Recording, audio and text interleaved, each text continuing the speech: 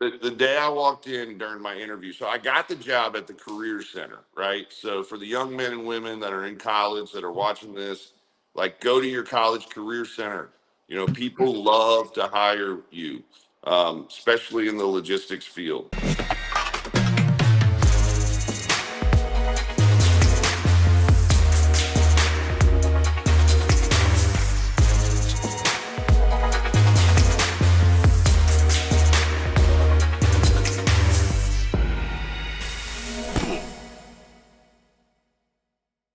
We've partnered with Ascend TMS, the world's most popular and top-rated transportation management system. It's the ultimate tool for all your freight needs. You can use our referral code RA-FreightCaviar! To receive 3 months of Ascend TMS for free. It only takes 20 seconds to sign up, and no credit card is required. You can click the link below to learn more.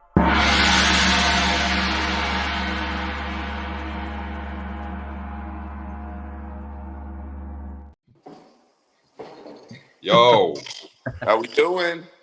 Good morning. Good morning. Morning. Kevin, where are you at right now?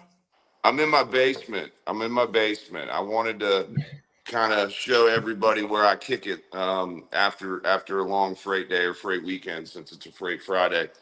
But after I do this, I'm heading into the insurance business and the factoring business. I was at NTG yesterday with the vets doing a meeting with everybody 3 years plus there, talking about the market. But I was up late last night. My not for the same reasons I was back in the day, but my 15-year-old daughter at volleyball practice last night fell, twisted her ankle really bad. She was in a lot of pain, so we took her to the ER, and she tore some ligaments. So we were up at the ER till like 3 last night. So great. Yeah. Fast recovery. Nice. Oh, dude, she'll recover fast. She's 15, right? Not like me. It would be 3 years. But yeah, she'll probably be running around in a few weeks. So Those kids are resilient, huh? yeah, especially that one. She's the one that, like, if I'm like at a valet and I'm like, hey, I need $10, she'll be like, well, you better give me back 20. So that's smart. Savvy. Yeah, she'll be in the factoring game. Do you work down there a lot? What's your setting like down there? You got a bunch of stuff on the wall. Yeah, man. This is all my faves, right? So like that's 2 Chainz, his basketball sign. There's a Joe Montana, Jerry Rice, a Brady. That's where I played football, and I gave a nice little donation, so they sent me a nice football. That's the UGA national title. My daughter's going to Bama though, so like I'm a little conflicted here in this house. And then these are my 2 favorite basketball players, Kobe Bryant, and it's Kobe Bryant year this year, 24. Some people like the 8 Kobe better, but and then Steph, and then like just some game room fun stuff. Oh, you got the ping pong down there, good. Yeah, man. We had to get him out of the office, right? Yeah, you basically like, ping pong tables don't make culture. I was like, all right, let's get that shit out of there. You let people shame you out of taking a ping pong table out of your office? That's crazy, man. Yeah, but we also needed some space, right? Now probably put some more carrier compliance people in, right? So we're shit not getting stolen. Win-win. You need those. Good deal. Kevin, you're based in Atlanta, right? Yeah, I am. Awesome. Very cool. Well, thanks for joining us today. We have, probably a lot of questions for you, and we typically go over some news topics as well. So I think it'd be cool maybe just to hit like some news topics real quick. What's going on? I'm not sure if you heard about Cam Newton having his own freight brokerage. Kind of curious to hear your thoughts on that. But overall, the NFLers have been no stranger to the freight game for a long time, right? And it makes a lot of sense, right? Because the best freight companies are great teams that have a good leader and everything else. So like, I think it's a smart move, right? Freight is 20 some odd percent of GDP when you include warehousing in there. So it's like, all right, Cam, you made a lot of money. You want to go put it in a smart industry that's not going to, go anywhere. It makes sense to me, right? And there's a lot of ex-NFLers, right? Like, so I'm heavy in our truck insurance business right now, and the best truck insurance brokerage in Atlanta for 25 years was this place called Bill Fralick Truck Insurance. And Bill Fralick was a giant left tackle for the Falcons, right? And so he passed, and then, a group took that business over and continued to grow it. But like, NFLers and athletes coming into the freight game happens every day. And so we welcome them. Come on, Cam. Hope to meet him one day. I met him actually in Vegas once at at like a meet and greet thing that the Cosmo did for the Super Bowl. So I have a picture with him. I was a lot younger, so I'd love to get one when I'm a little older. It'd be cool. What position did you play in football? So it depended on what I did that summer, right? Like if I was really fat, I'd come back and play left guard or center, right? But if I was like, one summer I worked at Myrtle Beach and was a little more in shape and whatever else. And that year I played a lot of special teams and basically was a blocking back, stood next to the quarterback, or on short yardage would go in but it depended, right? It depended if I came in at 245 or 285, right? But that was in college. But in high school I played a lot of defense, and all around on the line, but linebacker a lot in high school, and but I wrestled too, like wrestling, and as I'm wearing my Ultimate Warrior. But wrestling was one of my favorite sports in high school. And just Georgia, though, it's not big, right? Yeah. Like compared to like going up to an Iowa or an Illinois or Yeah. in Minnesota or whatever else, like where it's cold and they wrestle inside all day with their brothers, I guess. Like they, I'd go and wrestle somebody from another state and be like, all right, I'm not going to be able to do that in college. That's cool. Clearly athletics have been part of your life, right? Yeah. I mean, competing, right? Like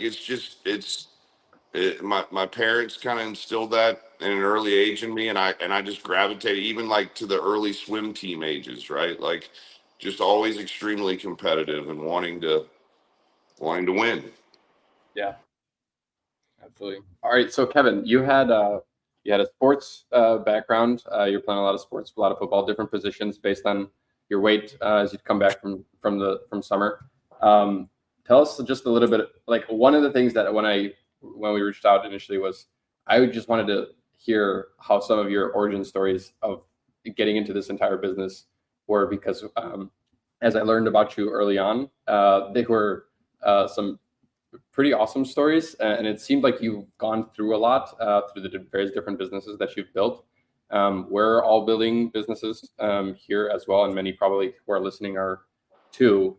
We're just wanting to know how did you start in this business, and what was really the defining moment for you to? I was an entry-level salesperson at C.H. Robinson making 25 G's, right? Like my first job out of college, I made 25 G's, and I got from Robinson. I mean, this was a long time ago, 25 years ago. And then I got like a Christmas bonus and an annual bonus based on how the office did. And it was awesome, right? And I had enough money to like pay my rent, eat out pretty decent, and and I was really good at it. And so I was in the Northeast zone. I was in Columbia, South Carolina. And then I took a gravity, like I really started, paying attention to where the loads came from, right? Like the customers and who they were, and how could I add more and make a difference and win in my office. So I latched on to our best salesperson, Kevin Harthen. He's retired now. He's ran a few branches at Robinson, and like we learned, he taught me, some soft skills in the freight brokerage game. Basically how to make a customer interact with you quickly. Went over my script. I mean, I would practice it on the way to work. I would practice it in the shower. I mean, this was my career now, right? And I had to make money, so I wanted to get better and better and better at it. I'm from Atlanta. They didn't have any Atlanta jobs when I was coming out of school, but they told me if I went to Columbia and hit some numbers, one of the GMs would want me. And then luckily, there was a great GM in Atlanta, Hunter Witten, and I went and met with him. He said, "Yeah, come on," and worked there for years. And then my wife and I, we're not going to move to Eden Prairie, Minnesota, right? We're from Atlanta. I went up there. Yeah. I got off the plane. It was -6, and I love that business. Like CH is like, You know, I'm so proud to be an ex-CHer, and I think they will turn it around. You know, continue to grow load count there again, and do all the right things. But I learned a ton at CH, and then it was like, all right, you know, as I'm moving up the ranks and trying to figure out my career, and was getting my MBA at night, and my wife and I, you know, talked on it. And it was like, yeah, we're gonna stay in Atlanta. Our parents are here. This is where we're from. So that was when I you know, knew that I was going to start my own thing, right? Were you hooked on freight like from the beginning? Like, did you ever I have one of those? The day I walked in during my interview, so I got the job at the Career Center, right? So for the young men and women that are in college that are watching this, like, go to your college Career Center. You know, people love to hire you, especially in the logistics field. And so you know, the counselor in the Career Center was like, hey, there's this company, they love ex-athletes, they got an office in Columbia, and they got one in Charleston, and one here, and one in Atlanta, and da. And I went and I shadowed on the Columbia, and I was like, this is incredible, right? You know, like the emotion, like, why are freight brokers so emotional, right? Like in the three-way deal between broker, shipper, carrier, the most emotional is like the broker. You could feel it on the floor. And It's so similar to that was traders. I've noticed it's similar to traders, like ones that trade commodities. It's like almost identical, the same type of person as well. They're very, very, very emotional, high stress, you know, yeah, high intensity people. Hey there, amazing listeners. If you're enjoying what you're hearing on our podcast, we need your support. It will only take a moment, but it would mean the world to us. Please make sure to hit the like button on this video, subscribe to our channel, and don't forget to share with one of your friends that would enjoy our content. Your engagement helps us reach more people and bring more awesome episodes to you. Thanks a million, and thanks for being part of the podcast community. Yeah, right. And so I was attracted to that, and attracted to the challenge of like, hey, there's this giant puzzle, and we got to find 5 trucks to the Northeast, and, you know, then you got to convince some of them, like, hey, this load might not really be going to Indianapolis. It might be going to Bangor, you know, but like, we're going to talk you into it. And then there's the whole negotiation aspect of like, you know, I don't want to go to the Northeast. Well, maybe I can make you go to the Northeast. And so, you know, it was very fun, specifically in the Northeast, and then dealing with those carriers, right? Because I was trying to get the backhauls. Yeah. So dealing with those like Northeast dispatchers, and me being, you know, a Southern guy and whatever else, it was fun. It was fun. I'm going to really quickly pull up this article we put together. This was from the podcast you did with Andrew, Kevin Beck, in How the fall. good is he doing with that, by the way, man? Like, he's I crushing remember it. Yeah. when he told me, he was like, hey, I'm going to start a podcast.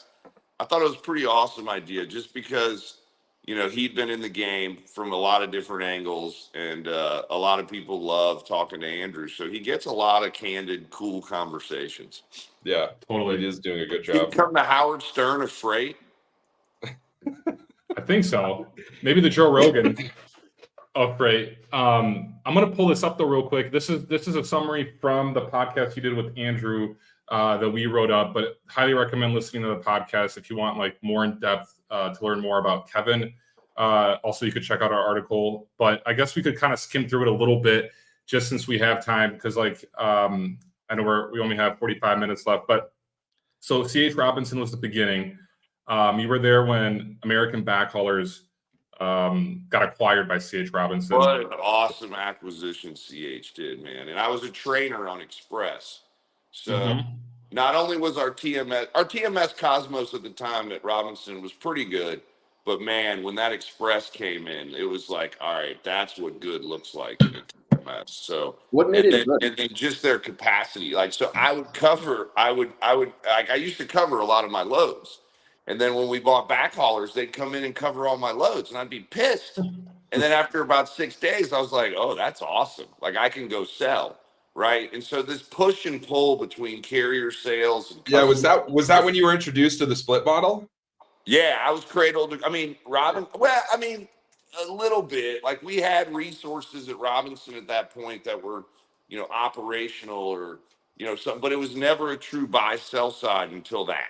Like, that was like the true split buy sell side. And then NTG we were not a true split side until about 3-4 years ago, until we got, some of that Coyote blood and some of the Chicago carriers into us, because I knew it from being in a branch and then having it come in and really help Robinson, but I didn't, and we grew it. I mean, like, at the time in 2018, when we did the deal with TI and Griffin, carrier sales, we had carrier sales. It was covering maybe 40% of our loads.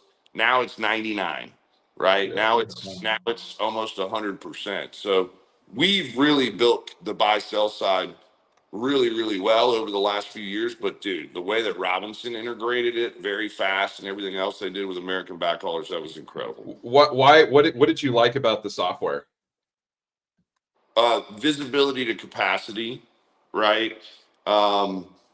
Just everything. I mean, it was good. I mean, like, they even had, like, the credit was so tight, right? Like, from a standpoint, they had this guy, Paul White. I don't know if he's still in the game or not, but like, if you had to call Paul White to get more credit, it was like a sweating call.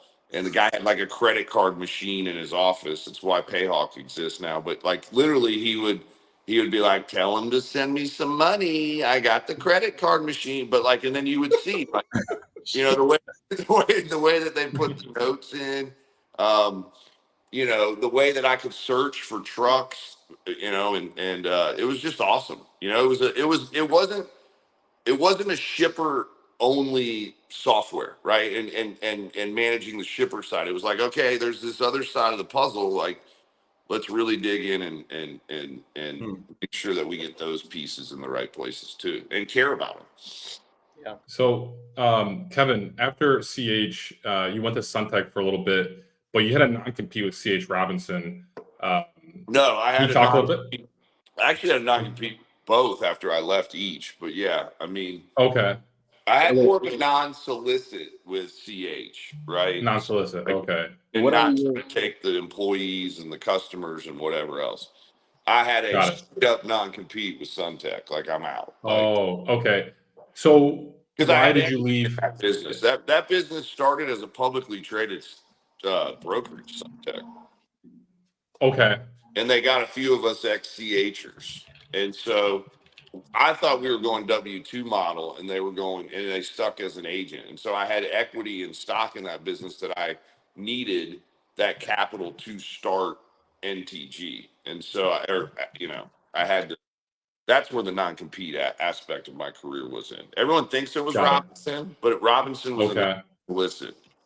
non-solicit. And I Okay, might and then say you. that wrong sometimes too, because it's confusing, because I've had a lot of great times in between those times, and also like Sure. for dark times as well. So Yeah, I could imagine. So what made you transition over to Waffle House? man, I had a non-compete and I needed to make money, and they had benefits, and I played ball with a lot of guys that worked there in the Atlanta area. Waffle House is yellow and black because it's Georgia Tech. Right, that is a organization that is. I learned. I mean, my MBA, I learned a lot. CH Robinson, I learned a lot. I've learned a tremendous amount in my career, but I'd say I learned the most in my Waffle House experience. You always have to be hiring because turnover is crazy there. They pay their vendors super fast. It used to be a cash only business. Check this out. On Sundays, I used to have to pay the staff in cash, because we didn't take credit cards back in the day. I believe I'm an aspect of why they take credit cards now. Because I would sit there and watch these drunk people come in, or these families come in, and they'd have like $60 cash or $40 cash, and they'd be doing algebra Yeah. how much they could eat and spend. And I was like, open up the floodgates for these people. They're drunk. They want to spend more. Yeah. But they were so tight on wanting to be a cash business because of how they wanted to pay their vendors. So like the milkman would come there, or the bread man comes to the store, or whoever it is, like we would pay them cash immediately. So they would always give us the stuff best and fast. But on employees, like you'd have to pay cash on Sunday. And like after a big church Sunday breakfast group and the concert Saturday night and Saturday morning breakfast crowd or whatever else, and you have all this cash. I'd have like $20,000 in cash in a Waffle House with a bunch of Waffle House employees that I was paying that like at any point. And so there's a lot of stories of Waffle House managers getting robbed on Sundays. Right. And like, that's why that Wow. back door has to be locked. Like if someone goes out to have a cigarette out that back door on pavement day, I'm firing you immediately. Right. Yeah. Because that's how I'm getting robbed in that back door and running out the back. So, Wow. man, I had so much fun at Waffle House. I had my best store off exit 13 on 400, 871. They would mess with me so bad, guys. Like they would call me at 2 a.m. and be like, "We're out of bread." Like if you're out of bread at at Waffle House, you're in real trouble. So I would go to the Publix, and then the Kroger or whatever else come running in with 40 bags of freaking. They weren't out of bread, but they got. I did catch someone stealing at 2 a.m. Like I staked out from across the street because my food costs were going up, and I knew that something was happening. So there was a waitress and a cook that were in on it, and they had regulars that would use an order. You go to Waffle House, you order the same thing. Yeah. But I'll get off the Waffle House kick. But it's so I fired both of them at 2 a.m. Right, and like nobody's coming to work at 2 a.m. So from 2 a.m. until 7 a.m. I was cook and waitress. So I learned very much that if you're going to fire somebody, do it at the end of the shift. At least the next will come in. Nice. Cool. Anything else? What happened after Waffle House? The other day my non-compete was up. I was back into the game. I was an agent for someone who was an ex-Suntech agent as well.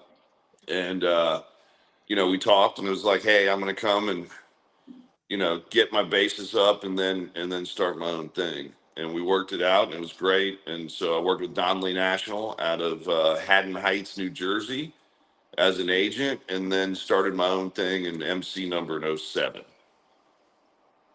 So from 05 to 07 was an with DNT. Kevin, what was the hardest thing about opening up your own MC that you remember?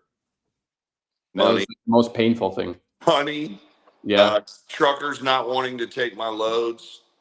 Factoring companies not wanting to work with me. Shippers who I'd worked with for years. 07 was a rough time. Like, the last few years, 07, 08, 09.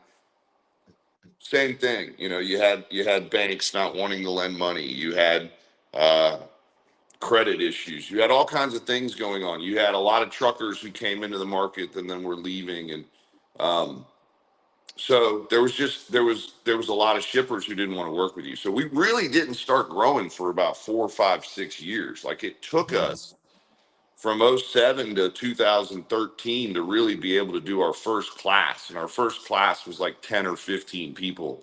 And I remember we could not, we were very nervous on whether or not we were going to be able to, hire, because it was a lot. It was like adding almost 30-40% of our staff overnight. Yeah. And then, we were able to train, and we were able to teach people and our, ways of brokering freight. Men and women went in and did well. And so we said, hey, let's do another class. And so our next class was 100 people. And were you doing the training? What's that? Were you involved heavily in training, obviously? I've always, really let the men and women that work with me kind of, come up with an idea and run with it. No, we had this old football coach that I used to play ball against in high school, and one of my partners, Harold Barron, it was his cousin, and so we were like, hey, let's bring him in, and he'll run it like a football program. So we would bring Atlanta, and we would rent out a hotel, and we would do it there, and we ran periods, and ran it like a football camp. And it would be from all the offices. It was too expensive, right? Like looking back on it, the way that we were doing that, because half the people would leave, right? So I would pay for the flights, and we would pay for the hotels and the food and, the time. But back here on the who did the training, man, this was expensive as well. we would bring our best men and women from the other offices, whether it was GM, whether it was broker, whoever else, they would come in and work. And then we would have the people on the phone fast. Like maybe that was a mistake too. Like, hey, like, might not need to be on the phone 3 days later, right? 4 days later, but they needed to pay for themselves pretty fast just because of the fact that we were growing business. And so, what sort of people were you trying to hire? Like-minded, aggressive people that wanted to win, that were not afraid to have their numbers posted day in and day out. Like yesterday, I was talking to the vets at NTG, like, know your stats. Like back in the day, I used to carry around baseball cards because the internet didn't exist. But if I went to go watch the Braves, I wanted to know what Dale Murphy's batting average was last year, right? And I sure as hell wasn't going to be able to read that little green line that had it because we didn't have jumbotrons, right? And I wasn't going to admit I needed contacts or glasses until I was in middle school and couldn't read the board. And so, like, we knew our stats, right? And so people that are not afraid, because there's no hiding in any of my businesses, there's no hiding. Right? Like you have to come in and produce. So every day our numbers are posted, right? And that some people are good with that. What does that mean exactly in practice? Like what posted where? Bro, if I could, but the state of Georgia told me I wasn't allowed to do it anymore. I would have a door that says you were a revenue producing employee today, you were profitable, or you were negative, right? And so that means that like your load count, that means like your margin, that means like, hey, how much you did, like that's going out to the whole company. And everybody's going to see it, right? Yeah. So you're going to either be a superstar here or you're going to get let go, right? Or you're going to quit, right? And high achievers like high achievers, period, right? Yeah. And so that's so we're gonna put your numbers out there, and we're gonna celebrate them. And then if you're not hitting them, we're gonna ask why, and we're gonna meet with you, and we're gonna ask. And so it allows everybody to know what the score is. And so so you got to come in and see it, right? And during COVID, it was hard because people didn't get to come in and see that. And so then they got in it and then they might not like it. Right. And so that's why the back to office is so important to me. And, If, as a business owner, what were some of the things that you didn't know when you're starting the company that you wish you did? How much capital it was going to take, right? Like, whether it's trucking, asset side, freight brokerage, which is basically just an asset moving line back and forth between truckers, shippers, employees, whatever else. Like the bank aspect, the back office side of this business is extremely, extremely heavy, right? So as a person who worked at Robinson and even as a person who was an agent, like what happens post delivery is so time consuming. It is like honestly more time consuming than the actual load aspect of booking, sending the confirmation, getting the carrier set up, the dispatch. Like if you take all that time and then you compare it to the time post load, and then also like how important how fast you pay is, how like I didn't know all that stuff, right? And that's why that there was that time between 07 and 13 that like we really had to grow because we had to build our credit, we had to build our war chest of cash. It was just that's the aspect that I didn't really ever appreciate as an employee, a jackass employee. A lot of times to some of these business owners, like that's the part I didn't appreciate. The other aspect was like I talk about the emotion side, like it's a lot. Like when you have a bad day, or a bad month or a bad quarter, or like, the last few years, bad years, like that shit wears on your soul, And so, that's where you have to be really, really, really, really, I'm going to say it 100 times, really, really, really, really, really mindful of what you do outside of work. Because if you go home and then just go straight to the bar, or the golf course, and all you're gonna do is just start pounding and mentally you're just done, right? And so the balance aspect, like I didn't, but I traveled like a warrior, man. That's why that's like it was my thing to be in every office, at least once a quarter. And once we had 13 offices, like I was living like a rock star, right? That aspect, like you need a team. right? That's the other thing I didn't know as a business owner, right? Like I can't do any of this stuff without my men and women that work with me. And so I have the best, like the best management teams and everything else. And so that took me a while to let go of like even the financials, right? Like I was embarrassed of them for years, right? And then I had to find someone that I trusted and knew and whatever else was like, dude, this is incredible what you've built. What are you talking about? So, How you long know, would it take you to like build trust with somebody that maybe you're hiring and you don't have any idea who they are? You know, maybe you got referred to them, but is that a multi-month, half year, full year type, you know, relationship you're building before they come on board? I mean, it depends on what role, right? Like if they're going to have access to the bank stuff, like you probably want to do some pretty thorough investigation or background or whatever else, like on what they're going to do and what they're touching and everything else. But again, back in the office world, and when you sit next to somebody and you spend, 50, 60 hours with them, you hear everything that's going on in their life. Like, even if their wife is going to buy tires and they're, like coaching them through it on how to negotiate and whatever else, or they go to the grocery store and they spend too much, right? Like literally, these are the conversations that a tight knit freight brokerage hears with one another. And so, you grow trust really fast in that environment. In the remote environment, like I haven't figured out a way to, especially, you can go meet with them, you can fly, you can sit, you can do a few lunches or whatever else, and maybe some dinners, get to meet them, but that takes a tremendous amount more time versus the actual like natural of just, man, I would say it takes a good entrepreneur probably 4 or 5 years to get to that point where they're like so exhausted and tired that they just need a partner that's going to come in and help them on that back office side and that fine and dealing with the banks. That was, that was the part that was like, how are you going to go deal with raising capital and then go do sales at the same time? You can't. That's why you got to have numbers. What just on this topic of like posting numbers for the team, how do you do that same, how do you apply that same sort of philosophy to roles that aren't like sales related? Maybe like a back office type role, like just the rest of the company. Buckets, like what are your percentages of your aging buckets? Yeah. Right? Okay. Like 0 to 30, 30 to 60, 60 to 90. How fast are you turning your invoices? I mean, there's all like how many invoices were processed by this person? How many POBs were collected? Yeah, all of it. It's great. How fast were carriers turned on? Kevin, I know there's some great stories from you getting payments from shippers that weren't paying the bill. And you talked about that. You addressed that in the podcast with Andrew. I'll pull it up right here.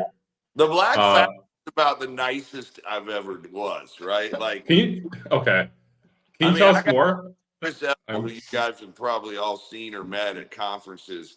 I mean, he's 6'5", giant. Wait, did you say Chris Evans? Yeah, he's the man. Yeah, Chris is the man. All right, and so Chris and I, man, there's many plastics brokers we went to, warehousers down in Savannah, and be like, dude, I'm going in the front, you're going in the back, like grab him. We have to make payroll, right? So, yeah, collecting money from shippers is very hard. The last thing people want to pay is freight bills and legal bills, right? Yeah. Like it's just added, so collecting money was and is it sucks though, man. Like we did this load for you 90 days ago. We had to pay carriers 3 times on our money since we've had to did this load. We made like 11%, bro. Our cost of capital right now is like 10. So, I'm losing money. And then every time someone has to call and collect, it's so stupid. But, created a lot of jobs. So you've obviously gone and started a bunch of other stuff, right? You've kind of picked apart different parts of the transaction, if you will, and gone into factoring and payments and stuff like that. How early? The beast. MIG's the next beast. So like at what point were you like, oh, hey, we need to go do OTR? Like, we need to get into factoring. Like, what When walk us Fritz through that. Owens said he'd come work with me and wrote a check and bought into NTG and OTR. So And Fritz, is he your second cousin? our grandfathers are brothers, and we really didn't. I mean, look, I always knew who Fritz was. He went to Georgetown, CFA, worked on Wall Street, like, he's a stud. And so we got to know each other through my godfather, my uncle Tom Owens, and so Tom would take us hunting down in South Georgia, and Fritz from New York. It was so funny. Like, we went on this quail plantation, and I don't know. I don't know if they were wild birds. I'm guessing they were probably planted because there were so many of them. But him and his brother from New York were like, "This is the quail capital of the world."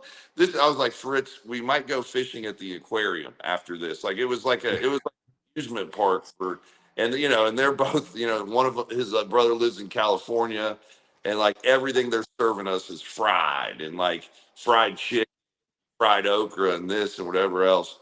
And his brother's like, "You got any sushi, or like, anyone got a salad around here?" It was just, and then Fritz kind of fell in love with the South, right? So, we would hang out more and more and more. And then finally I was up in New York, and I was going up to Connecticut to visit a aluminum importer. And, there's a lot of recycling companies that have headquarters in New York, and freight forwarders and all this stuff. And so I'd go up there a decent amount, and we actually met in Grand Central Station in New York at Michael Jordan's restaurant. And we had a conversation, and he had a child and wanted to move to the South, but, and then he came and visited. We only had 13 people at NTG at the time. So he was our first CFO, right? And he was, when you talk about trusting someone to come in and, take over the banking, take over the relationship with the factors. So I had ruined a lot of relationships with factors because you're making a percentage on this. Like, you get paid later. And they were like, haha, I'm going to turn you off. And then I'd be like, I have no capacity. So it's like, I really want to get involved in that business. But I knew, like, Fritz had not only the financial background, he also, was going to be great at dealing with the banks. He was mending all the relationships with the factoring companies. So it was just like, go into factoring. And we had him who could be that leader. So, because it's impossible to grow something where, you're kind of focused, half in on these things. Like, I start these businesses, and then it's very important to find leadership and management teams that are going to take it to the next level. So Fritzy, so OTR is like, OTR stands for over the road, but it's Owens too, man. Owens and onions. That's what we would. So my mother's maiden name is Owens, and she's one of 8. And so, like, at Thanksgiving, I'm a Nolan, and there's a Hurley and whatever else. So there'd be a football game that would be the Owens and onions, and the Owens, the in-laws would always try to take it to him, but Fritz is 6'5" as well, so they would just throw the ball high to him, and he would, just. Damn. But they bought ePay. It was really cool, and I know you guys have been looking at. They got a rollout like at Freight Waves next week. They're going to make some people laugh for sure. Love it. That's really interesting though, Kevin, because you mentioned how, like, finding the right people to kind of run the business, because, like, it seems like there's a lot of companies that you either started or helped found. So, like, can you kind of list those companies for us, just so that we, like, our audience knows exactly, like, which companies you're behind? Yeah, I mean, look, I got 2 of them tatted on me. So this is NTG. That's the freight we were talking about before. That's OTR. There's the bridge in there. I made it the heart of the rhino. So NTG, Nolan Transportation Group. OTR Solutions, which is a factoring, finance, fuel business, websites. Again, amazing business, incredible leadership team there. Marquee Insurance Group, MIG, which is selling insurance to trucking companies and factoring companies, as well as brokers. We just signed 5 brokers in the last week, which we're super excited about because we didn't really have that marketplace before, and we brought in some new people that have really helped us with that. So, and then Payhawk, which is a payments business where factoring is an incredible thing. Freight brokerage and logistics, but if you look at it with credit card payments, it's very similar, right? Like it's a similar percentage that you get your money, whatever else. So it kind of felt like from a digital moving to, it's been incredible to learn how the whole payments world and payments industry works. So I'm involved in that. And then after starting NTG and OTR and realizing how capital intensive they were and needing partners, I've sold majority interest in NTG and majority interest in OTR. We, collectively as a partnership and management team decided we needed more capital. So we brought in Transportation Insight and Griffin Partners in 2018 to NTG, which has been incredible because it's made us a more grown-up business, which that business really needed to evolve. And then OTR in 2021 brought on Summit Partners, and they were behind FleetCor. So if you look at FleetCor is a huge fuel business. So we've really, really focused at OTR on the fuel side. So, but after those two events, I, had life-changing capital come into my family. I started Soap Creek, and Soap Creek is awesome. So Soap Creek is my office. And Joe, who runs that, he was at Ridgemont, and Ridgemont has done a ton of investments in the logistics space. He also looks at the business differently, right? Like he looks at the fundamentals, the financials, the management team, their valuation, how to do it. And so Soap Creek has done investments in incredible businesses all across. We're very excited about our most recent, which is a CTTP, which is a truck parts aftermarket business where we, suspensions, mud flaps, blinkers, all the things that truckers want to buy. We want to be able to help them buy those in our network through NTG, OTR, and MIG.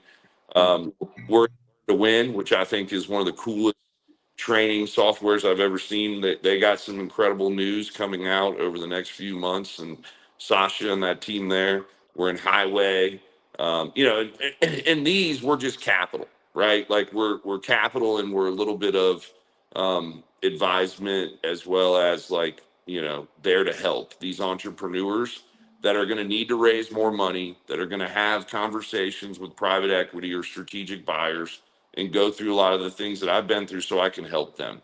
It's very small percentages of those businesses. We were in lean, and then they got invested by private equity. And so we got bought out of that, which was an amazing return for us. We've been really fortunate and lucky to partner with great ISO we're in, which I think is one of the best up and coming businesses that's out there. We're just in a lot of really, really cool stuff. What have you identified as a big difference between venture capital versus, I think, private equity? It seems like you had some involvement in one EBITDA and one doesn't, right? Okay. Right. Like one is in growth stage and you think can get to EBITDA, just like NTG. OTR was profitable earlier than NTG just because it has to be with the way that the banks and the regulations are. But, does that management team understand that at one point this business is going to have to flip to a profitable entity, right? Or are they just kind of in the wave, having fun, thinking that they're going to raise? So it's very important, on a venture deal to know, when's this thing going to flip, right? And is it, and if it's not, and it hasn't, and they're not meeting what they presented from why, and holding everything. But on a venture deal, I'm going to put in smaller dollars. On a controlling deal or an EBITDA deal that's got good profitability over the last few years, right? We're going to put more in, right? So it's just that's the way we look at it. We're going to put smaller percentage in venture, but those are going to have bigger hits. So I look at those as a yo bet playing craps or a hard eight.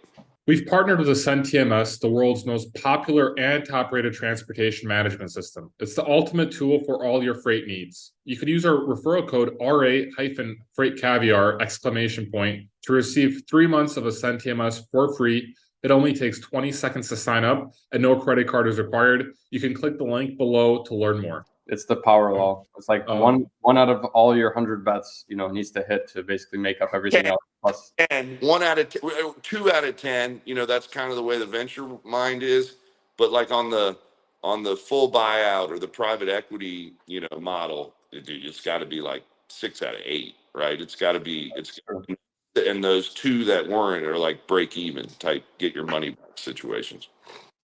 Kevin, I'm curious now, like, what does your day-to-day look like? Can you walk us through like this week?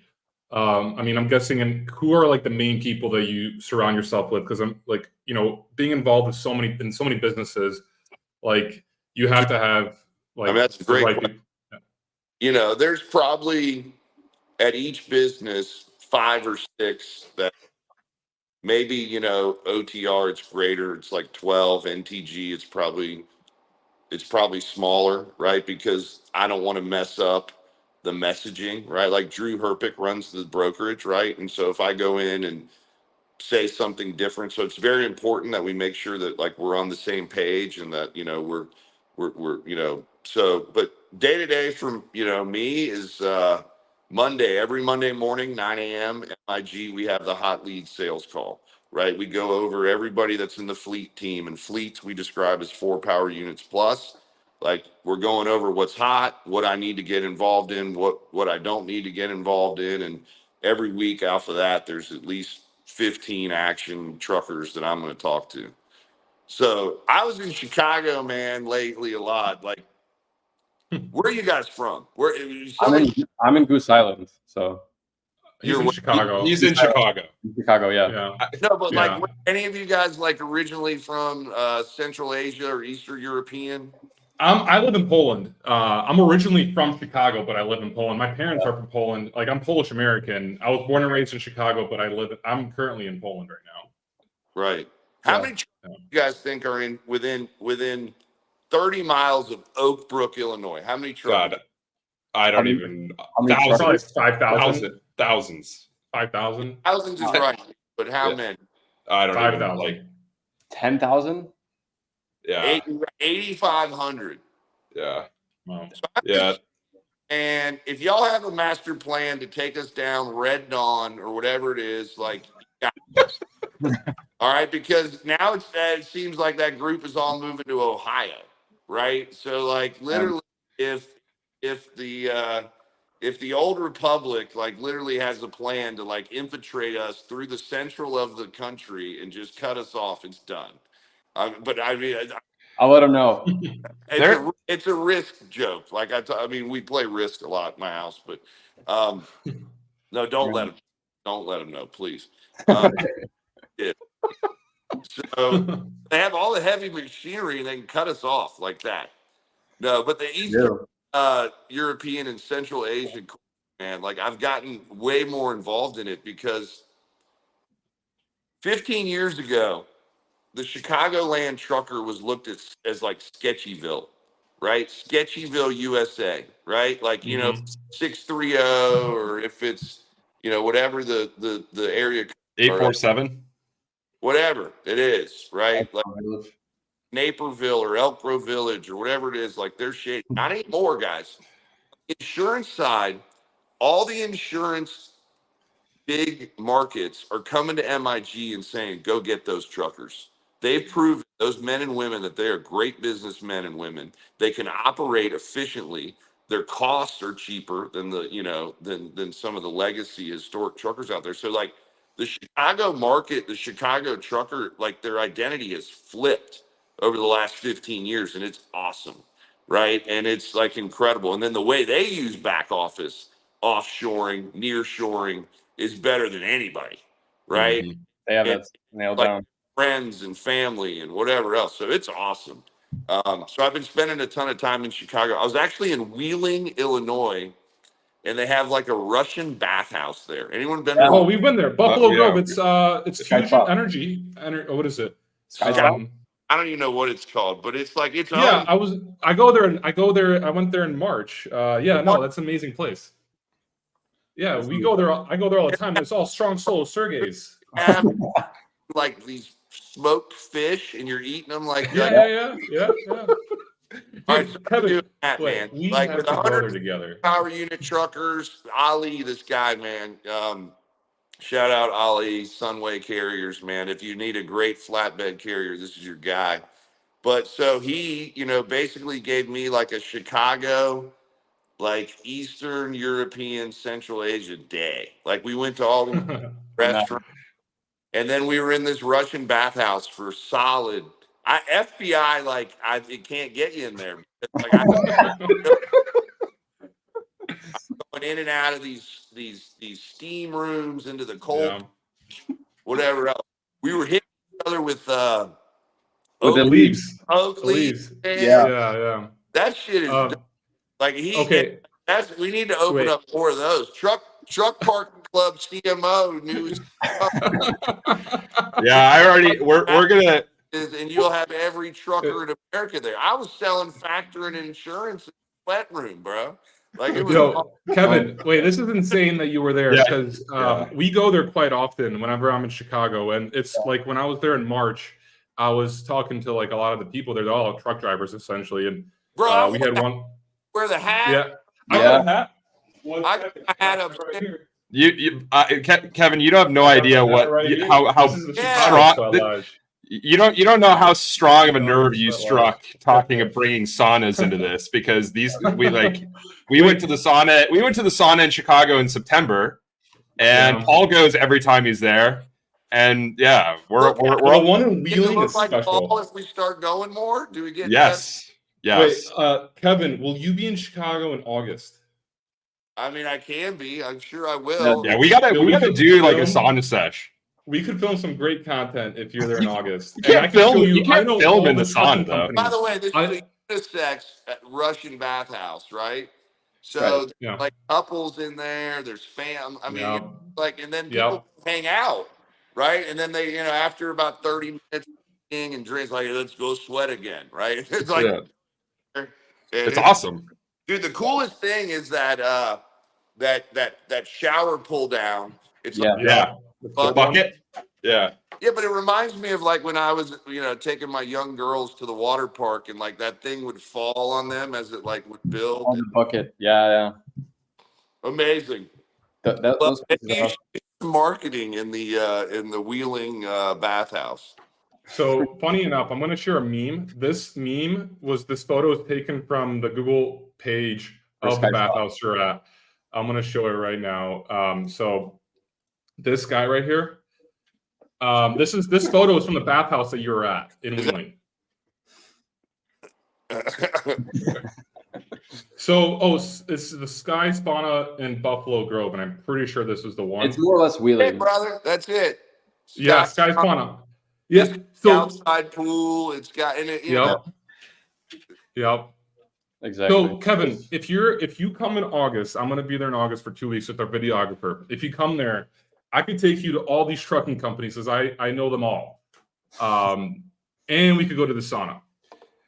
Beautiful. That's a good lead gen. So you're there selling insurance, right? And factoring, and also getting a better relationship with our sales reps at NTG, right? So I'm basically going in and saying, look, you're an amazing business. We want to be a part of it, and hopefully we can get to quote your insurance. But yeah, Reed, I'm not selling insurance. I mean, I'm bringing an agent with me and whatever else, because I don't want to fool them and think that like, hey, when they need to do an endorsement and add some equipment, they're calling me. But I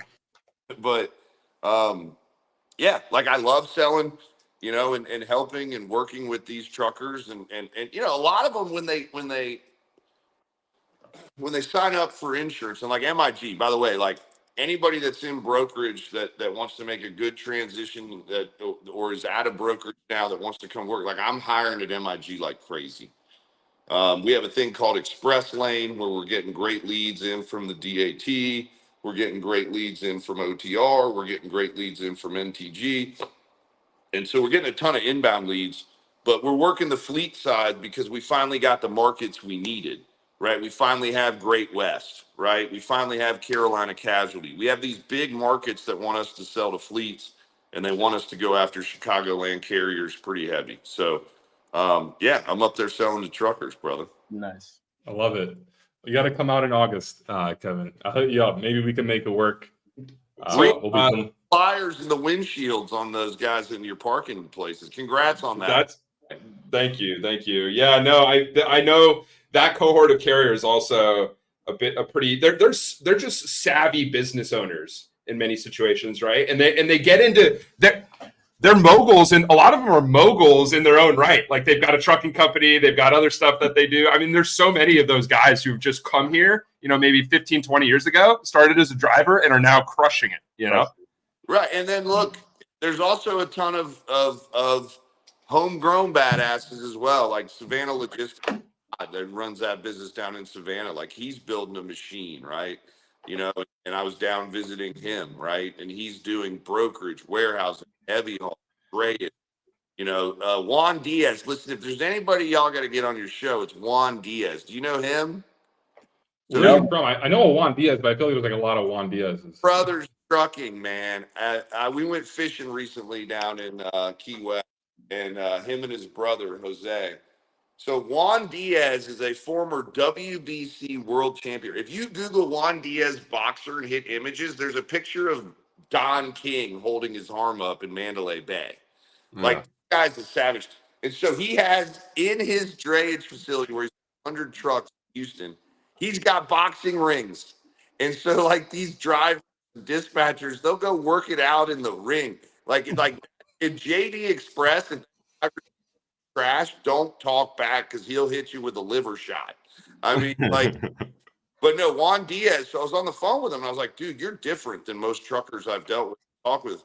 And, after a while, he finally, he didn't open it up. Like, if I was a former WBC world champion, I would wear the belt to Publix,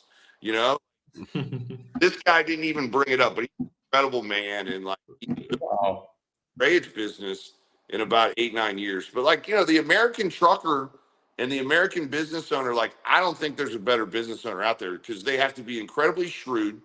They have to manage drivers. They've got to manage assets. They've got to manage cash flow. It's incredible.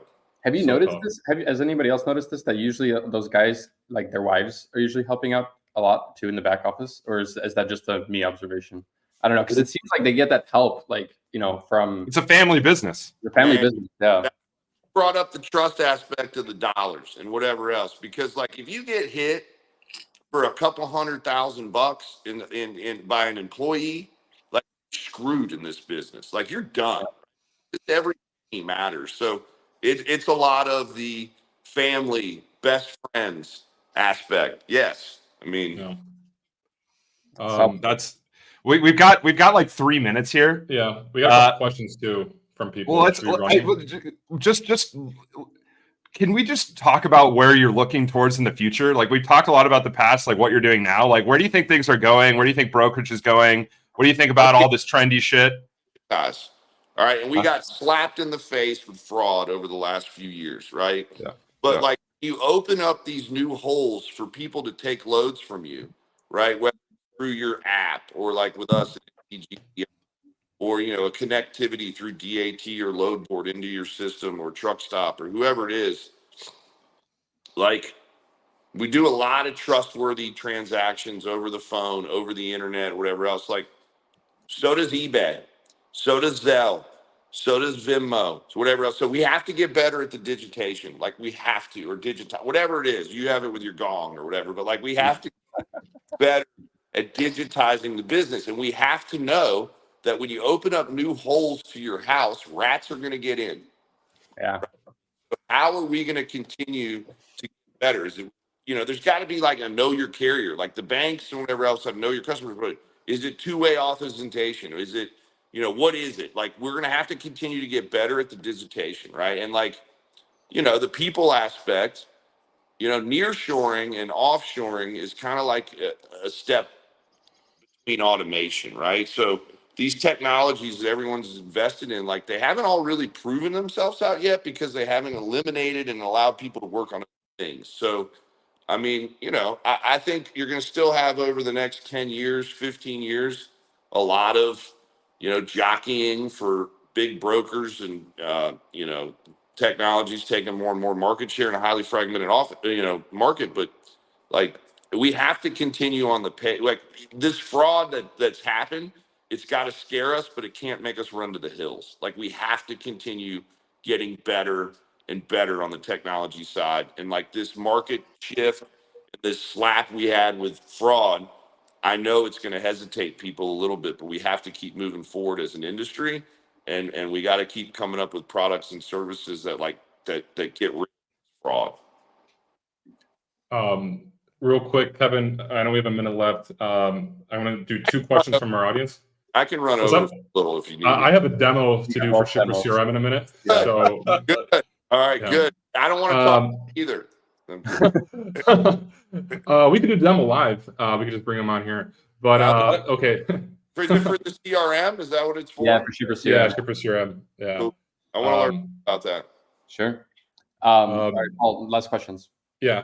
We'll hit you up about that, Kevin, afterwards. But in terms of a question, we got 2 questions. One from Marco. What do you think the expedite market will look like in the second half of 2024? Beautiful. It'll look beautiful. At our insurance brokerage, we're losing like 6% of our book a month. We're outselling that, so we're treading water basically. But how long can the market lose 6% of its truckers? I don't know. So I would say the last 2 weeks, you've seen, shippers actually have to hear, oh, that rate's going to be raised. So we're in a good spot on that for 2024 back half. Hockey stick. Okay. Awesome. And then Pablo has a question. Pablo Palafox, who's working on some AI automation stuff. I think it's happyrobot.ai. So the same way that Kevin mentioned how he saw that transition from cradle to grave to split model, how do the next 5 years of freight look like? And can AI have any influence on how freight will look like? Yes. I mean, we're using AI to kind of give us recommendations on carriers, rates to the people on the floor, but, check calls, just a lot of things AI can help with, verification of rates, matching that back office aspect. So bring it. I don't know a lot about it, but I'll be the best user of it if you create great. Awesome. All right, guys, we're up on time. Kevin, thank you so much. Thanks, Thanks, guys. Kevin. Appreciate it. Building, man, it's really cool, and we need more stuff like this in the industry. Keep us laughing. Awesome. Thanks, Kevin. See you, dude. Appreciate it. Buddy, Bye. take care. Thanks for tuning in to the Daily Freight Caviar podcast. If you enjoyed the podcast, or if you didn't, leave a review. Let me know what you think. I appreciate any feedback. If you'd like to have more Freight Caviar content, go to freightcaviar.com and subscribe to my email newsletter.